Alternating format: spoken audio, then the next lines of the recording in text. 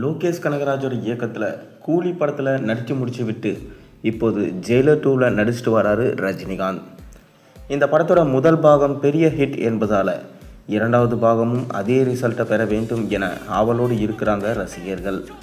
படத்தோட ஷூட்டிங் மும்முரமாக நடந்து வரும் சூழலில் படத்தோட ரிலீஸ் குறித்து ரஜினிகாந்த் சூப்பர் அப்டேட் ஒன்றை அளிச்சிருக்காரு.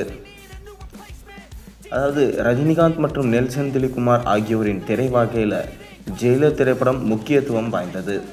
ஏனெனில் அந்த படத்திற்கு முன்பாக ரஜினி நடித்த அண்ணாத்த, தர்பார் ஆகிய படங்களும் நெல்சன் இயக்கிய பீஸ்ட் படமும் படுதோல்வியை சந்தித்தது.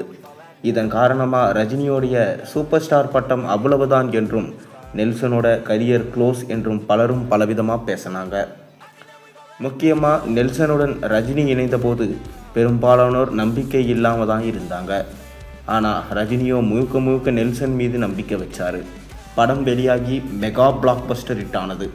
உலகம் முழுவதும் 700 கோடி ரூபாய் வரை வசூலித்தது. அந்த படத்தோட வெற்றிக்கு பிறகு இரண்டாவது பாகம் உருவாக்குவது என முடிவு செய்யப்பட்டு அதற்கான வேலைகளில் இறங்கினாங்க. திரைக்கதையை தரமாக உருவாக்கப்பட்டு ஷூட்டிங்கை தொடங்கினார் நெல்சன். ரஜினிகாந்தும் ஆர்வத்தோடு நம்பிக்கையோடும் படப்பிடிப்பில் கலந்து கொண்டிருக்கிறாரு. இந்த படத்தில் அவரோட யோகி பாபு, ரம்யா கிருஷ்ணன், பாலகிருஷ்ணா என பலர் நடிக்கிறாங்க. முதல் பாகத்தில் எடுத்த ரிசல்ட்டை இந்த பாகத்திலும் எடுத்துவிட வேண்டும் என்ற முனைப்பில் இருக்காரு இயக்குனர். இதற்கிடையே ரஜினிகாந்தோட லோகேஷ் கனகராஜ் இயக்கத்தில் கூலி திரைப்படத்தில் கடைசியாக நடிச்சிருந்தார். மிக பெரும் எதிர்பார்ப்போடு இந்த படம் வெளியானது. ஆனால் அந்த எதிர்பார்ப்பெல்லாம் தவிடு பொடியாகிவிட்டது. படம் பார்த்த ஒருவருக்கு கூட கூலி பெரிதாக கனெக்ட் ஆகலை. முக்கியமாக லோகேஷை எல்லா ரசிகர்களும் ட்ரோல் செஞ்சு தள்ளிட்டாங்க. கூலி ஃப்ளாப் ஆனது ரஜினி ரசிகர்களுக்கு பெரிய சோகம்தான்.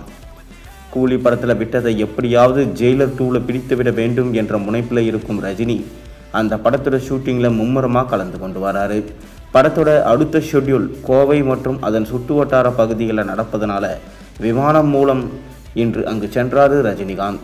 அப்போது சென்னை விமான நிலையத்தில் செய்தியாளர்களிடம் பேசிய அவர், ஜெயிலர் 2 திரைப்படம் 2026ஆம் ஆண்டு ஜூன் மாதம் வெளியாக அதிக வாய்ப்பு இருக்குது அப்படின்னு சொல்லிட்டு அவர் சொன்னார்.